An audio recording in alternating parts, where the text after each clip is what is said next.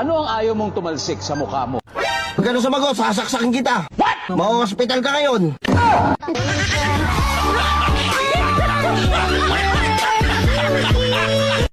Napanood ko sa balita, delikado pala sa atay ang labis na pag-inom ng alak, ano? Kaya simula ngayon, hindi na ako manonood ng balita.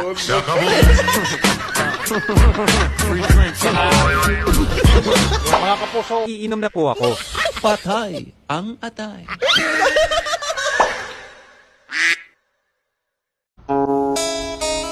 Sa panahon ngayon, hindi ka na makakahanap ng matinong tao. Last na lang ako.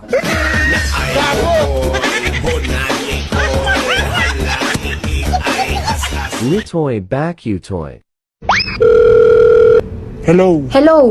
Tumawag sa akin yung mama mo.